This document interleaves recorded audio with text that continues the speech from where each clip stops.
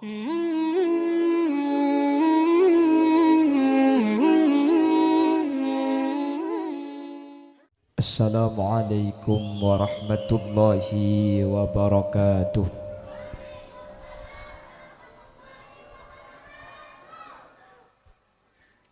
Bismillahirrahmanirrahim. Alhamdulillahi rabbil alamin. Wa bihi nasta'inu ala umurid dunya waddin. Wassalatu wassalamu ala asyrafil anbiya'i wal mursalin Sayyidina wa habibina wa syafi'ina wa maulana Muhammadin Abil Qasimil Amin wa ala alihi wa ashabihi ajma'in. Allahumma arinal haqqa haqqa warzuqna ittiba'a wa arinal batila batila warzuqna ijtinaba wa ibti'adah waj'alna mimman yastami'una al-qawla fayattabi'una ahsanah. Qala Allah Ta'ala fi kitabihil aziz. Bismillahirrahmanirrahim. Inna lil muttaqina mafaza. Shadaqallahul azim. Amma ba'd. Ulama'una al-'azza wa masyayikhuna al-ajilla, para alim, para ulama teristimewa, habibana wa sayyidana hadratal habib Abdullah Shahab, sangat saya cintai dan sangat saya muliakan dan saya hormati. Beliau hadir di tengah-tengah kita. Dengan hadirnya beliau, pemirsa Banjar TV mengira ini TV jadul, TV hitam putih. Ini putih, ini hitam.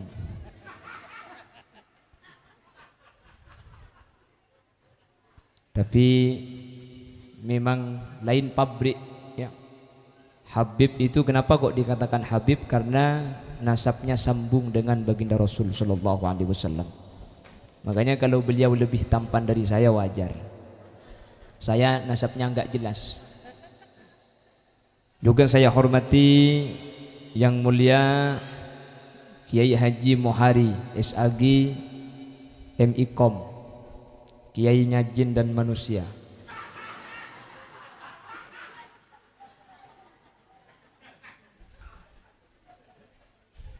Sepanjang perjalanan dakwah saya baru kali ini pengajian di Pondok Pesantren Jin dan Manusia, dan ini adalah pengasuhnya Jin dan Manusia. Mudah-mudahan tidak dibawa ke alam baka.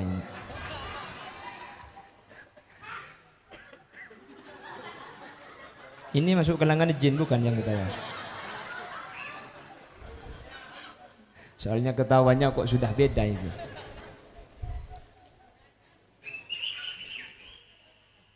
Ini bukan. Juga para kiai yang lain yang hadir, mohon maaf tidak bisa saya sebut satu persatu, tapi tidak mengurangi takdim dan hormat kami kepada seluruh para tenaga pengajar, para muallim, tuan guru yang hadir. Dan juga secara khusus beliau yang mulia Bapak Sulkan ya, yang pada kesempatan kali ini beliau hadir di tengah-tengah kita mewakili Bapak Gubernur Kalimantan Selatan. Kepada beliau sami'na wa ata'na. Dan juga seluruh hadirin hadirat muslimin dan ibu-ibu muslimat yang hadir, wali santriwan, wali santriwati, wali siswa, wali siswi Pondok Pesantren Tahfidzul Quran Raudhatul Muta'allimin An-Nahdiyah atau RMA yang hadir.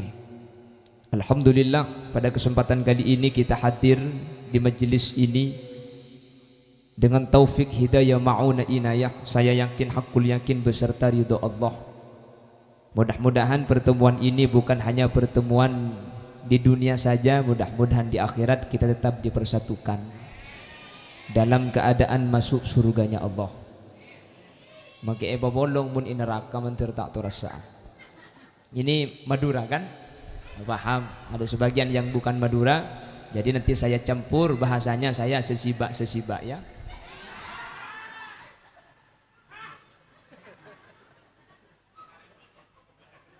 Iya banyak jin lagi ya dina.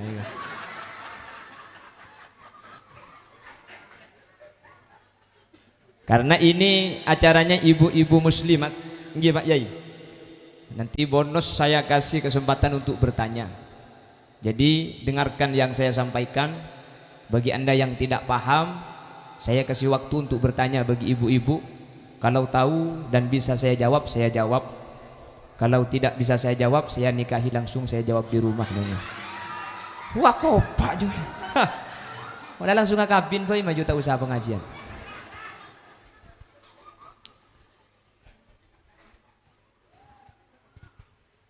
Bapak Ibu hadirin yang dimuliakan Allah,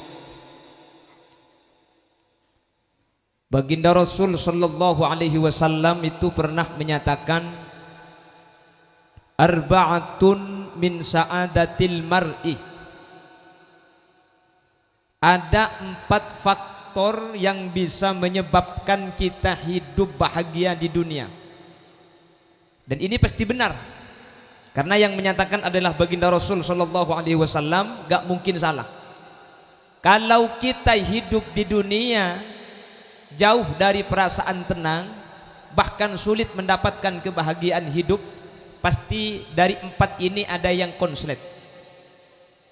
4 ini faktor yang menyebabkan manusia bahagia, dan sebaliknya 4 inilah yang akan menyebabkan hidup kita menderita.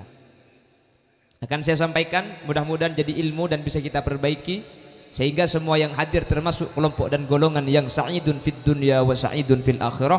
Di dunia bahagia, di akhirat masuk surga.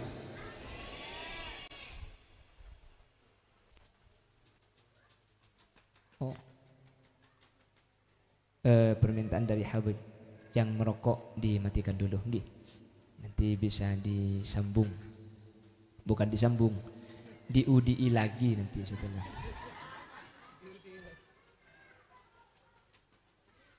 Kata Rasulullah sallallahu alaihi wasallam, arba'atun min sa'adatil mar'i, ada 4 yang akan menjadikan kita bahagia. Ini mantuknya kata santri. Mafhum mukhalafahnya, pemahaman sebaliknya. 4 ini kalau salah akan menjadikan hidup kita menderita. Yang pertama, antakuna zaujatuhu solihatan. Orang hidup mau bahagia itu tidak boleh tidak. Yang pertama, zaujatuhu solihatan. Kalau laki-laki punya istri, istrinya solihah. Kalau perempuan punya suami, harus punya suami soleh. Ya, bukan namanya soleh. Makanya mana soleh mun tak bejeng buang. Porop kerupuk boy. Kebahagiaan hidup tidak boleh tidak, harus yang pertama antakuna zaujatuhu solihatan, pendamping yang mempunyai akhlak mulia, yang mempunyai hati bagus. Kenapa kok demikian? 24 jam kehidupan kita itu bersama keluarga, sehingga yang mempunyai pendamping berakhlak mulia, hatinya bagus, pasti bahagia. Pebenyak itu nyana keng mun selake tak cucur, ruwet tak ruwet. Paratini bini nak keng mun selake ngocak telo kecap si bini telo jus tak ambu sekali. Tapi gak ada di sini, gak ada ya. Ada ring bini seceleper di nak ta? Tak ada fitur na bini matureng. Ada saya ngaku ah. Dia ngocak banyak aja. Gak apa-apa. Sebenarnya perempuan banyak bicara itu bukan aib. Karena memang di tafsir itu ada kajian. Makanya Allah menciptakan laki-laki itu namanya Adam. Adam itu mingkem, Adam. Perempuan Hawa. Nah ini kajian tafsir, yang bilang ini tafsir bukan saya. Jadi perempuan banyak bicara itu wajar. Makanya sengaja oleh Allah dijadikan perempuan banyak bicara, karena laki-laki lebih banyak yang pendiam, agar hidup itu seimbang. Mun selaki neng si bini neng kan ingat kuburan. Lah ya, kalau yang laki-laki pendiam, yang perempuan pendiam, ini dicurigai jangan-jangan pasangan bisu ini. Jadi oleh Allah itu diserasikan, selaki tak banyak kan, si bini banyak kan. Jadi perempuan banyak bicara itu sebenarnya bukan aib. Makanya Sayyidina Umar ketika istrinya marah-marah itu Sayyidina Umar meneng saja. Sayyidina Umar tidak marah. Dulu ada sahabat namanya Abi Dzar Al-Ghifari. Abi Dzar Al-Ghifari itu punya istri, istrinya selalu marah-marah. Kalau Abi Dzar yang ngasih tahu, kalau Abi Dzar yang memberikan arahan, istrinya nggak nurut, malah makin parah. Karena yang bininya kadung kikir kan ingat TV butuh. Ya, kalau sudah kadung marah kan seperti TV rusak. TV rusak itu kalau dimatikan nggak mati, volumenya dikecilin, tambah nyaring. Jok aja tau dus torot. Ada yang seperti itu ada. Tapi bukan di sini. Mendina ada atau kok yang mbak molen ada ki.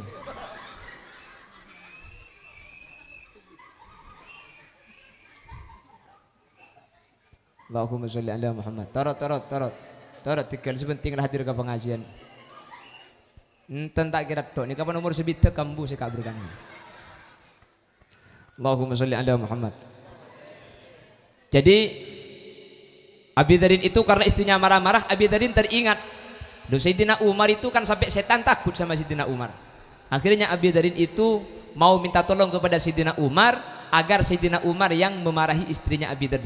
Karena kata Abi Dzar, kalau saya yang marah-marah, istri gak nutut, istri gak nurut. Coba saya minta tolong ke Sayyidina Umar, biar Sayyidina Umar yang memarahi istri saya, pasti istri saya nanti nurut sama Sayyidina Umar. Karena sama Sayyidina Umar itu jangankan manusia, setan saja takut. Makanya kalau Sayyidina Umar hadir ke sini, pasti jinnya lari semua. Setan itu takut sama Sayyidina Umar, takut. Makanya inna syaitana la yasluku maslaka Umar. Setan tidak akan berjalan di suatu jalan kalau di jalan itu ada Sayyidina Umar.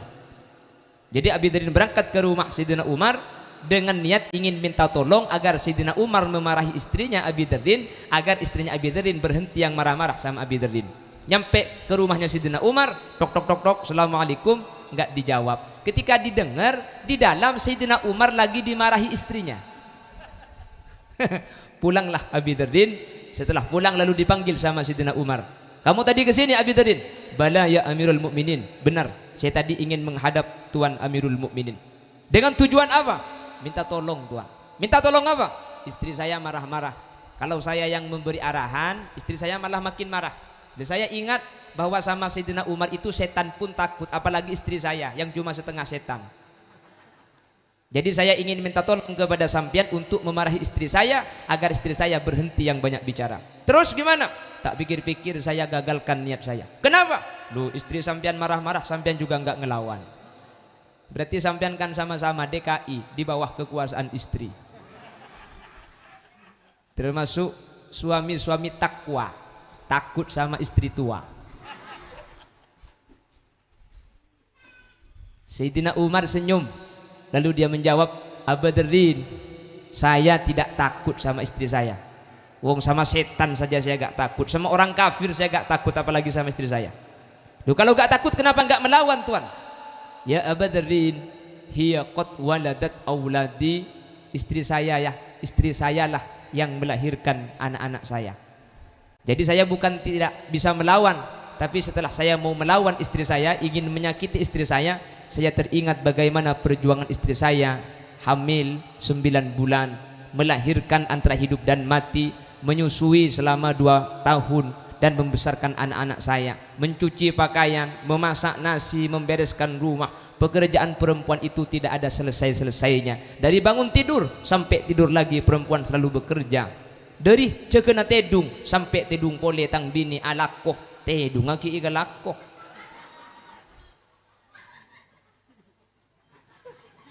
Sundel bolong mungkin. Apa kuntilanak?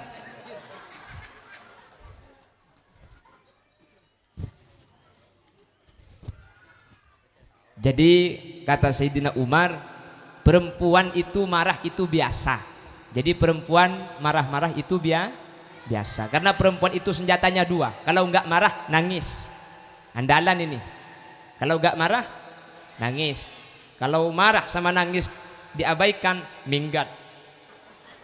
Makanya dia, ini jurus terakhir. Terus, mulai kadung buru ji tak bisa. Surga yang engkau janjikan, neraka yang kau berikan. Cak kau pampa biar biko akhirnya.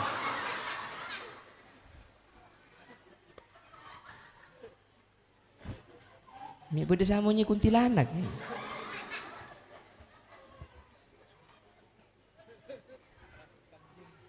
Kita doakan yang hadir ini mudah-mudahan perempuan solihah semua. Amin Allahumma. Dan saya yakin, hakul yakin pasti solihah. Kalau bukan perempuan solihah tidak mungkin hadir ke majelis ini. Apalagi tiap seminggu 2 kali ya. Kita doakan mudah-mudahan bisa istiqomah. Amin. Kalau laki-laki hadir ke majelis nggak heran. Karena ini bajunya biasa standar. Iya kan? Nggak usah make up, berangkat saja. Lalu kalau ini yang pakai lipstick saja kan 2 jam itu. Lopot becek boleh. Lekan engki. Bukan mareli penan abu merocong. Seake kepata kok ngalebi bila. Laki nak tanya haram saja pita kebi. Lebat dimale. Ya.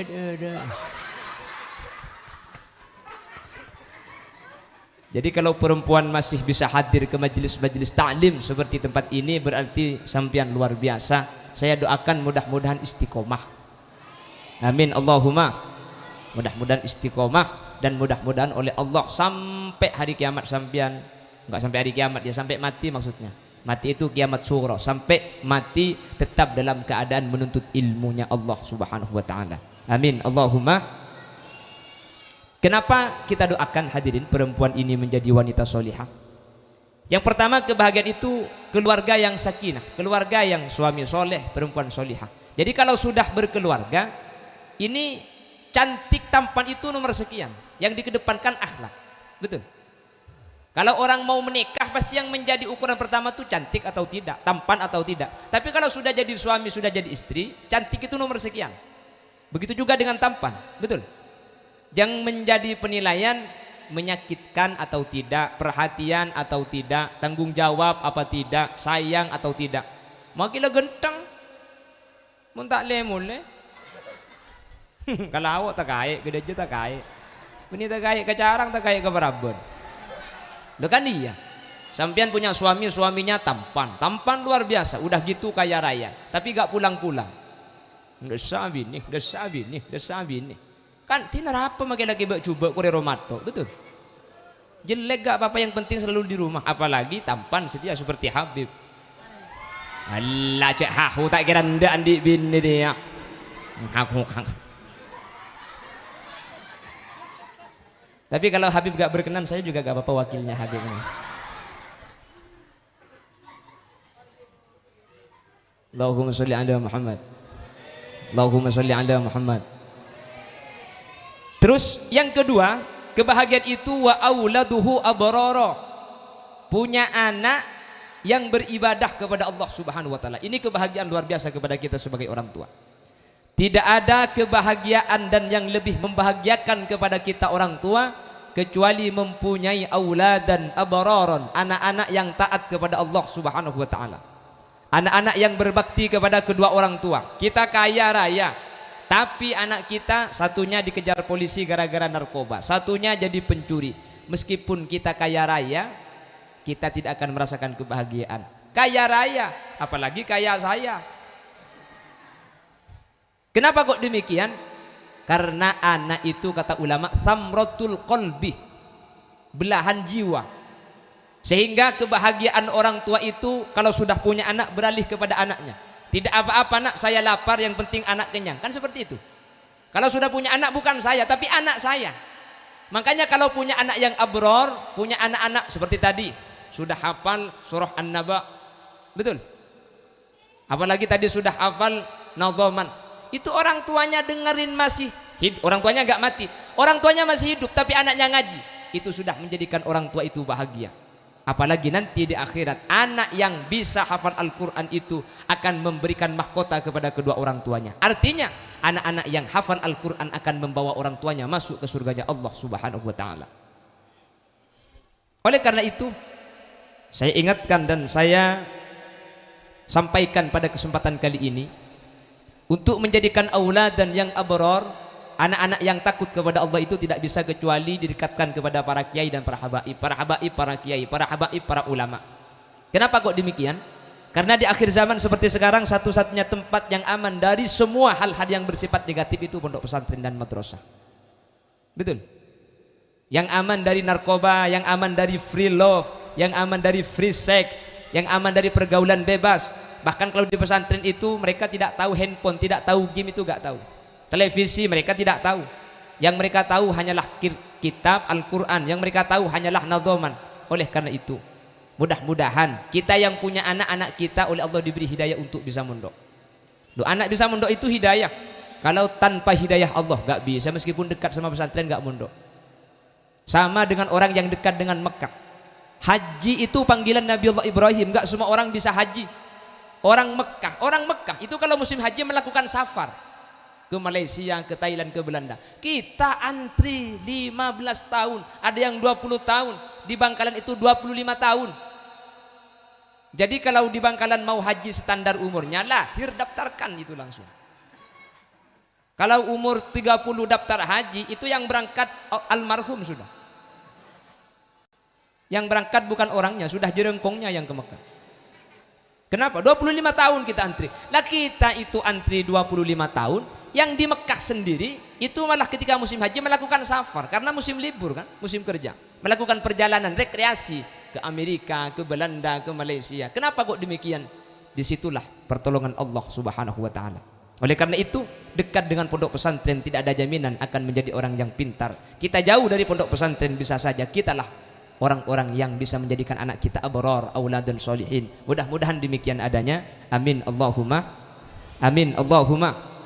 Oleh karena itu ibu-ibu, anak itu akan menjadi baik, itu yang paling berpengaruh bukan ayah, bukan, tapi sampian. Kenapa kok sampian?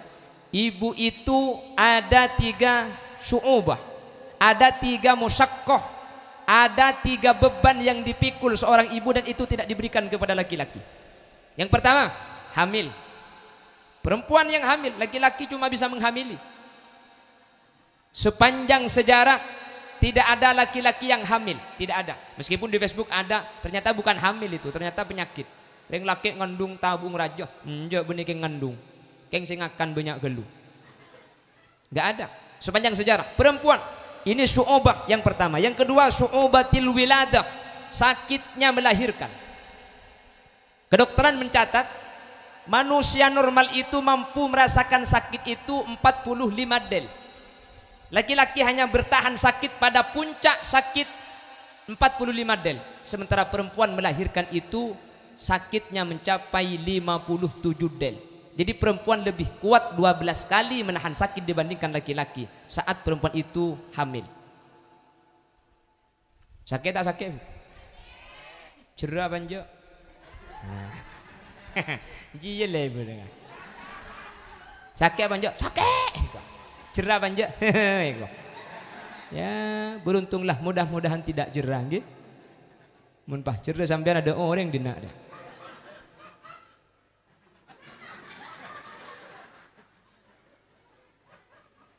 Miamunya aja nyeremi. Wa syu'ubatir radha'ah, dan sulitnya menyusui. 2 tahun menyusui bu ya. Siang menyusui, malam ya anak ang pakun. Nyuku nyusui siapa? Hak-hok dia. Ya maksud lu kan anaknya kan siang malam yang nyusu. Makin lah bapaknya. Makanya ibu kaulah wanita yang derajatmu 3 tingkat. Kau mengandung boleh. Kan gitu, ada yang sampai punya anak berapa? 3, 4, 5 itu sekarang. Dulu itu punya anak ada yang sampai 20. Ya kan dulu gak ada apa-apa. Dulu itu kalau malam lampu belum masuk kan. Jadi kalau malam gelap, televisi gak ada. Kan iya? Handphone belum ada, sepeda motor gak punya. Setelah sholat isya apalagi yang mau dikerjakan? Ya ganggu badannya itu. Lah iya dulu. Lah iya itu pun dulu tidak ada pengaman. Sekarang kan sedikit-sedikit masuk KB. Dulu masuk KB bu.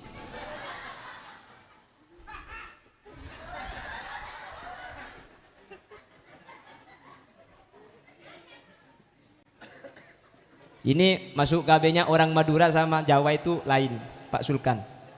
Beda. Orang Madura itu kalau masuk KB gak punya anak. Makanya ada orang Madura nikah sama orang Jawa. Mungkin Lamongan ini, Pak. Ini malam pertama itu yang kebetulan yang laki-laki Jawa, yang perempuan Madura. Yang Madura gak ngerti bahasa Jawa, yang Jawa gak ngerti bahasa Madura. Yang laki-laki bilang ke ceweknya, "Dek, dicekel, Dek." Oh Madura ro cekel mantulik selaki cekel. Wong Madura dicekel tuh dicekik. Padahal Jawa tuh cekel itu pegang. Suruh pegang. Handphone maksudnya yang disuruh pegang. Jangan ngeres sampean pikirannya. Wah di pembuang di buku area. Ini saya bicara HP. Jadi kata suami ke istrinya, "Dek, suruh pulang duluan Kiai itu Kiai."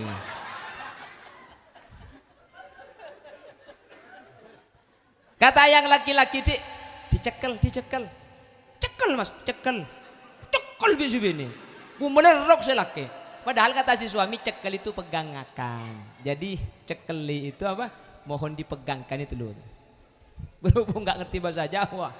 Si perempuan biasanya orang Madura kalau tidak mau punya anak masuk KB. Dia bilang ke suaminya, "Mas, masuk KB Mas." "Oh iya Dek, masuk KB."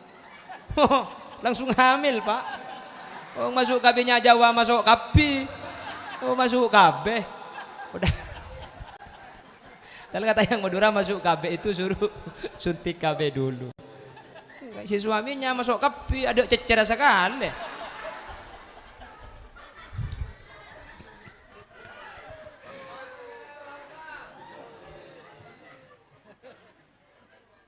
Allahumma sholli ala Muhammad. Lah kan iya dulu itu kan gitu.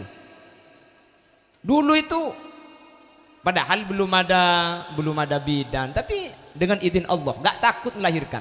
Sekarang sudah ada bidan kita, sudah ada dokter, sudah ada rumah bersalin khusus ya. Malah sudah ada buka 1, buka 2, buka 3, buka 4, lambat buka TV deh ya ada. Nggak ada buka. Lo kan iya, tapi dulu punya anak 15 ya nggak apa-apa, 20 nggak apa-apa. Bahkan saya itu pernah ketemu dengan seorang perempuan punya anak 27. Ya Allah, saya mikir kalau sampai 27 tak usah ngeden itu. Batuk saja keluar. Gitu.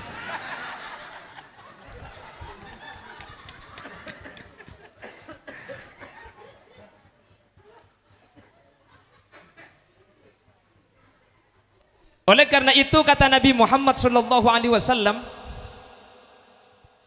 doanya seorang ibu kepada seorang anak ini kadu'ain Nabi ala ummatihi. Doanya seorang ibu kepada seorang anak persis sebagaimana doa Nabi, doa Rasul ala ummatihi. Cuman kata ulama perlu diperhatikan, kalimatnya menggunakan ala, bukan menggunakan li. Jadi ala ummatihi dengan li ummatihi itu maknanya beda. Seperti anah roghibun fikah. Kalau anah roghibun fikah, kalau roghibun lalu fi itu maknanya senang. Tapi kalau roghibun an itu maknanya benci. Jadi huruf jar itu kalau beda maknanya sama, tapi penggunaan kalimat Arabnya berbeda. Roghibun fikah itu maknanya senang terhadap sampian. Roghibun ankah, satunya pakai fi, satunya pakai an. Yang an bermakna benci, yang fi bermakna cinta. Makanya an nikahu sunnati faman roghibah an sunnati. Nikah itu sunnahku, faman roghibah an itu bukan tidak menikah, tapi benci kepada sunnahku, falaysa minni. Yang tidak termasuk golongan itu yang benci. Kalau cuma tidak menikah, enggak. Karena banyak kan yang belum menikah, kan banyak ya. Laki-laki yang enggak menikah banyak. Kalau enggak benci sama sunnah enggak apa-apa. Perempuan ada yang belum menikah. Ayo nikah benko yuk.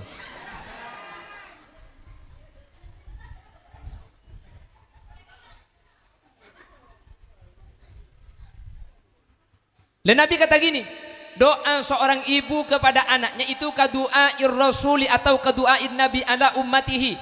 Doanya ibu terhadap anak seperti doanya ibu ala ummatihi, terhadap umatnya, tapi pakai ala.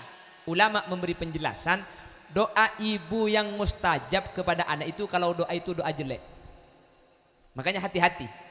Kalau ibu punya ucapan dan ucapan itu jelek kepada anak, itu diijabah secara langsung. Makanya jadi ibu itu ada hal yang tidak enak mau diucapkan, bahasa yang kasar ditahan saja. Karena apa? Karena dari seorang ibu doa itu kepada anak mustajab, tapi yang paling mustajab itu doa jelek kepada anak. Kalau doa anak kepada orang tua, yang mustajab itu doa baik. Jadi kalau ada anak mendoakan ibu celaka, itu tidak diijabah sama Allah. Tapi kalau ada anak mendoakan ibu selamat, anak mendoakan bapak kaya raya, ibu bapaknya itu akan diijabah oleh Allah Subhanahu wa taala. Jadi ini kebalik. Kalau dari orang tua ke anak, yang mustajab itu doa jelek. Doa baik juga mustajab, tapi lebih mustajab doa yang buruk. Makanya seorang ibu hati-hati dalam berbicara. Kalau sampai keluar dari lisan seorang ibu, baik itu bercanda, baik itu serius, maka doa itu akan dimakbul, diterima oleh Allah kalau terhadap anak. Kalau dari anak ke orang tua, kalau anak mendoakan jelek orang tua tidak akan diterima oleh Allah. Tapi kalau anak ke orang tua mendoakan baik, itu akan mudah diterima oleh Allah Subhanahu wa taala. Makanya banyak kan ada orang punya anak mondok, dia mikir apa yang akan saya jadikan kiriman tiap bulannya, yang akan saya jadikan apa bahasanya? Istilah sangu. Apa? Sangu kepada anak. Loh, waktu anak mondok itu gampang saja oleh Allah diberikan jalan. Setelah anak berhenti malah yang mau dibuat makan saja susah. Ada loh seperti itu. Secara logika waktu anak mondok kan lebih kesulitan, tiap bulan punya tanggungan. Tapi enggak, waktu punya anak mondok oleh Allah diberi kemudahan, tapi setelah anak berhenti mondok malah semakin sulit di dalam ekonomi. Kok bisa demikian? Ada doa anak yang diijabah oleh Allah. Karena doa anak ke orang tua itu adalah doa yang baik-baik yang diijabah, sementara doa yang jelek tidak diijabah. Kalau dari orang tua ke anak, yang sangat diijabah itu adalah doa buruk dari seorang ibu, juga dari seorang ayah. Makanya jadi seorang ibu hati-hati. Punya perasaan apa? Kesal, punya perasaan benci sama anak, boleh, tapi jangan sampai dikeluarkan kepada lisan, karena al-bala muwakkalun bil mantik. Banyak musibah itu gara-gara kita berucap padahal yang kita ucapkan itu tidak disengaja, bisa menjadi musibah besar kepada anak kita. Paham ibu-ibu ya? Makanya kalau ngajikan tahu gini, mudah-mudahan jadi ilmu yang manfaat dan bisa diamalkan. Amin Allahumma amin Allahumma. Wis, jadi kata Rasul, orang kalau mau bahagia itu ada berapa? Ada 4. Yang pertama, harus punya suami kak soleh ya. Harus punya suami soleh. Kalau soleh gak mau, kholil gak apa-apa. Jadi punya. Ya mau nyanyi Roro Kidul sakit. Yang kedua, bahagia itu akan didapat wa auladuhu abarara. Punya anak-anak yang taat kepada Allah, punya anak-anak yang takut kepada Allah Subhanahu wa taala. Alangkah bahagianya. Ini tadi An-Naba Kiai sudah hafal ya. Juga gampang bisa menghafalkan surah Al-Qur'an itu. Apalagi untuk menghafal itu harus kita mengaji dulu. Tadi masih kecil sudah bacaannya lancar. Saya kadang-kadang menemukan sudah tua, sudah umur 40 tahun tapi ngajinya walladina amanu wa kadabu bi la. Segede ngaki tak betah sekali. Tapi tadi sudah lancar ya. Ini tadi kalau sudah hafal nanti tinggal nadanya. Ini kalau sudah nanti fasih ngaji, nanti nyampe rumah yang biasanya sebelum maurib itu flash disk diganti ini. Jadi kalau dulu-dulunya masjid sebelum adzan maurib biasanya kan yang ngaji kaset, nanti diganti ini. Innalil muttaqina mafazan hadaiqa wa a'naba wa kawa'iba atraba wa ka'san dihaqa. لا يسمعون فيها لغوا ولا كذابا جزاء من ربك عطاء حسابا رب السماوات والأرض وما بينهما الرحمن لا يملكون منه خطابا. Ibunya dari rumah ke masjid ingin melihat anaknya yang ngaji. Ketika dibuka masjid gak ada orang, HP tuh bang kikam gaya. Ternyata ang mintek katek long masjid katek. Oh lato namanya. Tapi insya Allah lulusan RMA insya Allah akan menjadi anak yang ahli Al-Quran. Amin. Orang yang ahli Al-Quran itu dinyatakan sebagai keluarganya Allah. Makanya Nabi Muhammad pernah dawuh seperti ini, inna lillahi, bukan wa inna ilaihi roji'un. Ya macam pahidon teh ini.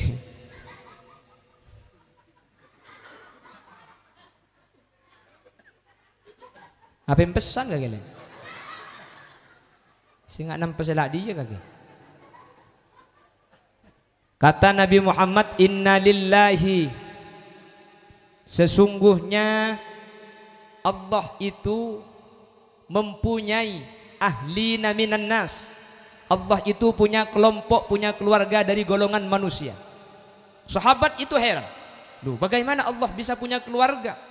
Maksudnya keluarga Allah itu apa? Lalu sahabat tanya kepada Rasulullah, manhum ya Rasulullah, siapakah yang disebut sebagai keluarganya Allah dari kelompok manusia? Nabi Muhammad menjawab, hum ahlul Quran, ahlullah, orang-orang yang ahli baca Al-Quran, orang-orang yang biasa baca Al-Quran, apalagi hafal Al-Quran, ahli baca Quran saja, maka orang itu dianggap sebagai keluarga Allah dari kelompok manusia.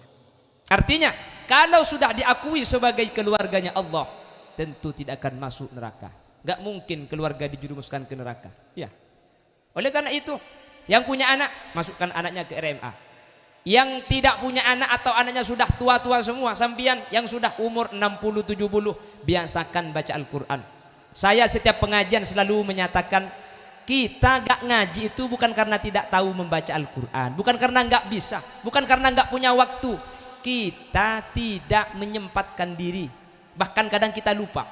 Makanya kalau ingin mengaji setiap waktu, coba perhatikan. Kalau kita punya tempat khusus sholat di rumah, andi kenangan abajeng, Quran itu ditaruh di depan kita. Kalau kita punya musola, kita ada kamar khusus untuk sholat, di bagian depan itu kasih kerdus yang agak tinggi, Quran kita taruh di atasnya, sehingga setiap sholat kita melihat Quran itu. Kalau melihat Al-Quran pasti ingat kita nanti akan ngaji. Setelah selesai sholat, jangan lupa untuk mengambil Al-Quran. Jangan beranjak dari tempat duduk sebelum mengambil Al-Quran. Ini keburu. Ngajilah walau satu ayat. Gak apa-apa satu ayat. Kalau setiap sholat kita satu ayat, satu hari satu malam kita 5 ayat, 10 hari 50 ayat, 1 bulan 150 ayat kita mengaji tanpa terasa. Gak apa-apa. Satu sholat satu ayat, satu sholat satu ayat. Setelah duhur kita ambil Qurannya, Bismillahirrahmanirrahim, Alif Lam Mim, Shadaqallahul Adzim. Lu gak apa-apa.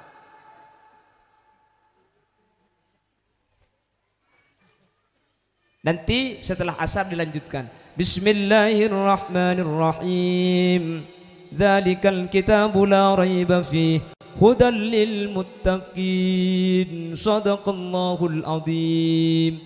Taruh lagi, nanti lanjut. Kalau memang keburu, kalau lagi tenang tambah 2 ayat 4 ayat. Cuman meskipun 1 ayat kan nggak semua ayat itu pendek, ada ayat itu panjang. أو كالذي مر على قرية وهي خاوية على عروشها قال أنى يحيي هذه الله بعد موتها فأماته الله 100 عام ثم بعثه قال كم لبثت قال لبثت يوما أو بعض يوم قال بل لبثت 100 عام فانظر إلى طعامك وشرابك لم يتسنه. Ini panjang, hampir 1 lembar itu.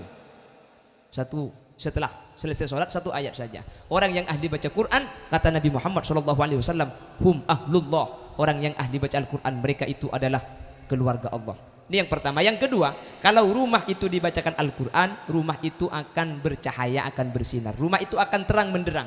Kata Rasul, nawwiru buyutakum bis shalah wa qiraatil Quran, terangilah rumah sampian dengan sholat, ada sholat di dalam itu, sholat sunnah, sholat tahajud, wa tilawatil Quran, dan baca Al-Quran. Rumah yang dibacakan Al-Quran tidak akan gelap. Masa Ustadz? Iya, lu saya sudah ngaji kok gelap. Coba perhatikan, lihat kilometernya, ada tokennya enggak ini? Yang dimaksudkan terang itu bukan ketika dibacakan Al-Quran tidak usah kasih lampu, tapi hati yang ahli baca Al-Quran akan diterangi oleh Allah Subhanahu wa ta'ala. Tak kira sompek, tak kira ruwet. Orang ini mau tak ahli ngaji Quran, ruwet.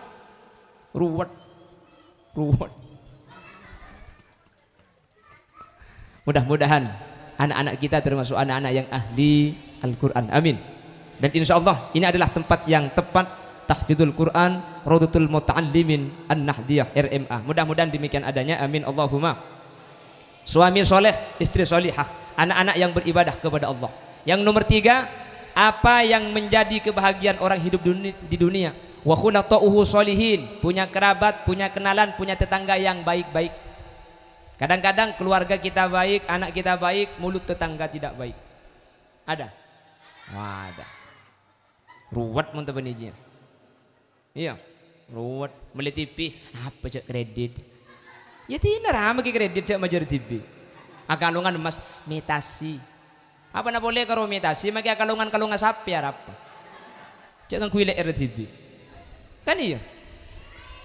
Beli mobil ngitompa, peko le cek mobil. Kalau tetangga sudah gitu, maka mengganggu kebahagiaan kita. Kita doakan tetangga kita baik-baik semua. Sudah bagus mantertuli mate. Kita doakan dapat hidayah. Amin Allahumma. Yang nomor 4, wa ayyakuna rizquhu fi baladih. Kebahagiaan itu akan didapat ketika kita punya usaha di daerah kita sendiri. Artinya di negara kita sendiri. Tidak dilarang kita bekerja ke Malaysia, ke Saudi Arabia, silahkan. Tapi kebahagiaan yang sempurna adalah kita mendapatkan rizki meskipun tidak begitu banyak, tapi kita bisa kumpul sama keluarga. Siang bekerja, malam di rumah juga bekerja. Bakti. Dan iya, mun keluar negeri kan karo siang ngetok salah, kumun malam gengku. Tapi kalau kita ada di rumah kita sendiri, meskipun penghasilan sedikit, tapi kita bersama dengan keluarga. Siang namun kacang, malam namun kacong ya kok. Bisa diingat nggih? Jadi 4 ini faktor kebahagiaan. Kalau kita tidak bahagia, hidup di dunia kita sering banyak masalah, pasti penyebabnya 4 ini. Kalau enggak suami, anak. Kalau enggak anak, tetangga. Kalau enggak tetangga, ekonomi. 4 ini. Makanya kalau ingin bahagia, selesaikan yang 4 ini dengan baik. Banyak konsultasi kepada para alim ulama. Insya Allah kalau 4 ini kita sudah bisa menghadapi dengan baik, insya Allah kebahagiaan akan menjadi kehidupan kita. Mudah-mudahan demikian adanya. Amin Allahumma. Kurang 15 menit. Barangkali ada yang mau ditanyakan ibu-ibu muslimat, kasih mic. Kalau ada yang mau ditanyakan silahkan, kalau tidak kita pulang. Barangkali ada yang mau tanya nomor handphone atau mau tanya, silahkan.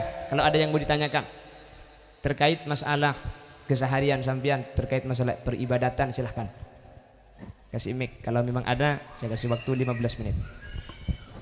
Silahkan muslimat.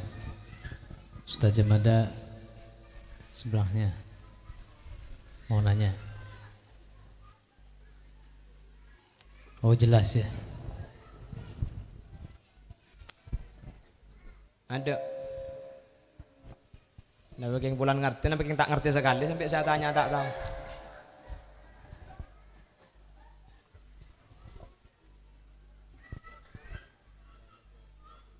Cukup? Enggak ada. Ya balik. Ada mau tanya ki Abid Pole deki. Cukup ya? Enggak ada yang tanya? Mayu lek. 4 tahun buka biko lagi.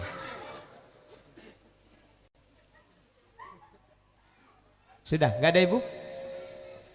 Kalau ada yang mau tanya, angkat kaki.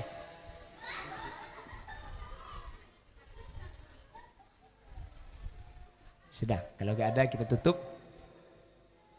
Mudah-mudahan meskipun sedikit yang disampaikan menjadi ilmu yang bisa diamalkan, dan semoga kita dipanjangkan umur oleh Allah Subhanahu wa taala untuk bisa menambah taat, untuk bisa bertaubat dari segala khilaf yang kita lakukan. Dan kita doakan RMA ini pengasuhnya, ini pengasuh Pondok Pesantren Jin dan Manusia ini, mudah-mudahan oleh Allah dipanjangkan umur, diberi kesehatan, sehat wal afiah, Kalau sehat itu sehat jiwa, sehat raga. Kalau afiat itu sehat jiwa. Jadi kita doakan as-sihha wal afiyah, sehat jiwa raganya, amin. Dan rizkinya dipermudah oleh Allah untuk pembangunan pondok pesantren RMA ini tanpa ada kendala, tanpa ada rintangan, diberi kemudahan oleh Allah Subhanahu wa taala. Cek karo amin nyumbang. Mun karo amin siapa sih lo tahu? Jadi yang punya uang nyumbang, yang tidak punya kata tadi nyumbang doa, ya, atau mensupport, mendukung. Insya Allah nanti kalau kita sudah sama-sama dan merasa ini milik bersama, semuanya akan mudah. Ringan kita jingjing, berat kita pikul. Dan seberat-beratnya pekerjaan akan terasa ringan apabila tidak dikerjakan.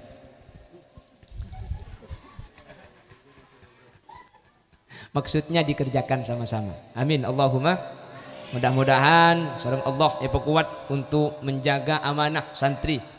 Beri kekuatan menjaga anak-anak yang ada di sini, dan sareng Allah gempang pembangunan sampai mari. Tadi mudah-mudahan sampai lantai 3 ini Pak Yai. Jadi yang di bawah istri 1, istri 2, 3, 4. Jadi wah, langsung pakai ngangguk-ngangguk gini ketawa. Kiki itu. Ada amin di dalam hatinya ini. Cuman yang mau diucapkan takut ketahuan istrinya yang di bawah. Ini yang bisa kami sampaikan. Mohon maaf apabila ada salah, ada khilaf, ada tutur kata yang mungkin kurang berkenan di hati para hadirin. Bila ada yang benar dari yang saya sampaikan, kebenaran hanyalah milik Allah Subhanahu wa taala. Bila ada yang salah, ada khilaf, ada keliru, salah khilaf kekeliruan itu murni dari kebodohan Muhammad Khalil Yasin Al-Fakir. Mohon dimaklumi, dimaafkan dan diperbaiki.